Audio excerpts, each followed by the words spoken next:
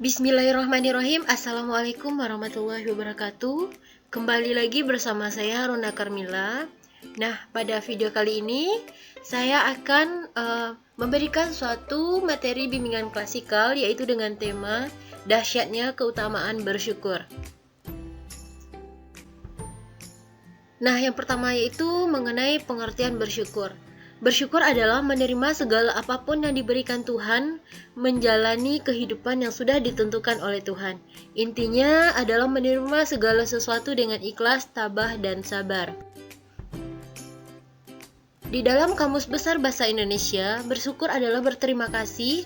Berterima kasih ini diartikan dengan melakukan hal yang dianggap menerima atas apa yang diberikan atau sesuatu yang pernah terjadi pada suatu hal. Salah satu wujud bersyukur adalah menerima segala apapun yang diberikan Tuhan, menjalani kehidupan yang sudah ditentukan oleh Tuhan. Intinya adalah menerima segala sesuatu dengan ikhlas, tabah, dan sabar. Nah, kemudian yaitu manfaat bersyukur. Dalam kehidupan, kita pasti pernah mengalami hal yang membuat kita bahagia, dan kadang juga malah membuat kita merasa menjalani hidup adalah sebuah penderitaan. Bersyukur atas kehidupan yang telah Allah berikan. Kita masih diberi kesempatan untuk bisa bernafas bebas, panca indera yang sempurna. Berikut manfaat bersyukur dalam kehidupan diantaranya.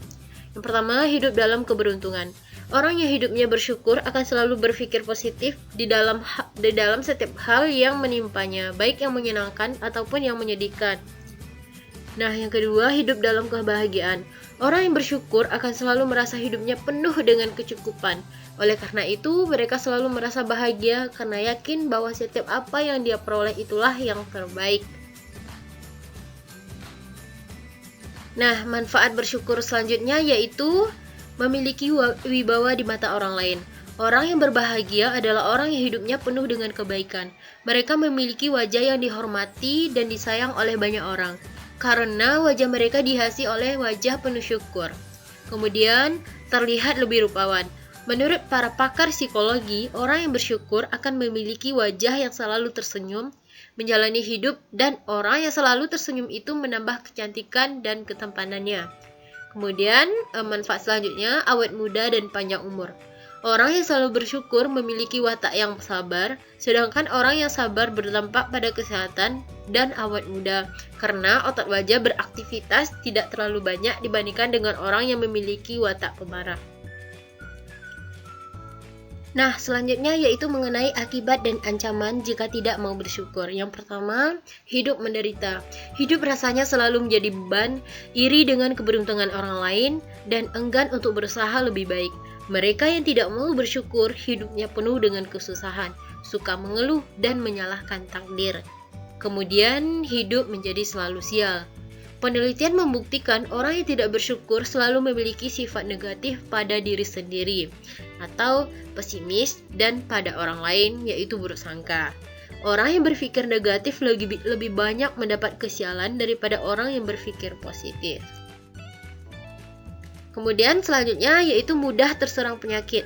Pemarah, pengiri, dan berpikir negatif adalah sifat dari orang yang tidak mau bersyukur dengan keadaan yang dia miliki. Mereka cenderung cuek dengan lingkungan dan diri sendiri. Akibatnya, kekebalan tubuh itu menurun. Nah, kemudian yaitu di akhirat disisa oleh Tuhan. Allah berfirman, "Dan jika kalian manusia mau bersyukur atas nikmat yang telah aku berikan kepada kalian, maka niscaya aku akan menambah nikmat yang telah aku berikan kepada kalian.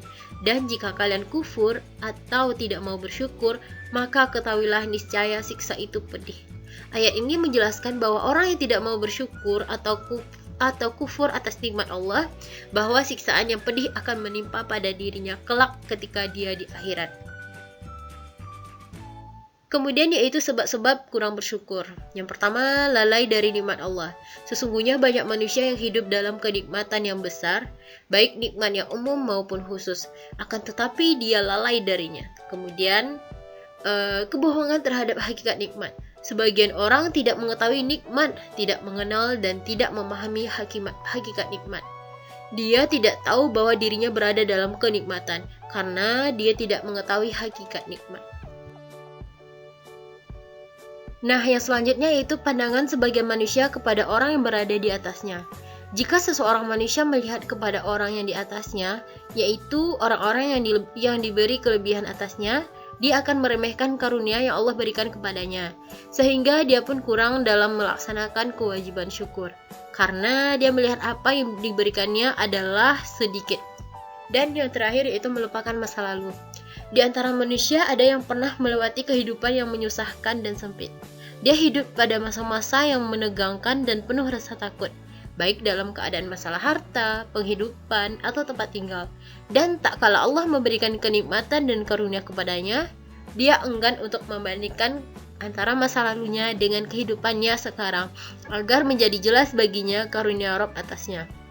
Nah, itulah materi yang dapat saya sampaikan pada video kesempatan kali ini. Sampai jumpa di next video. Saya Rona Carmila. Mohon pamit dan Assalamualaikum warahmatullahi wabarakatuh.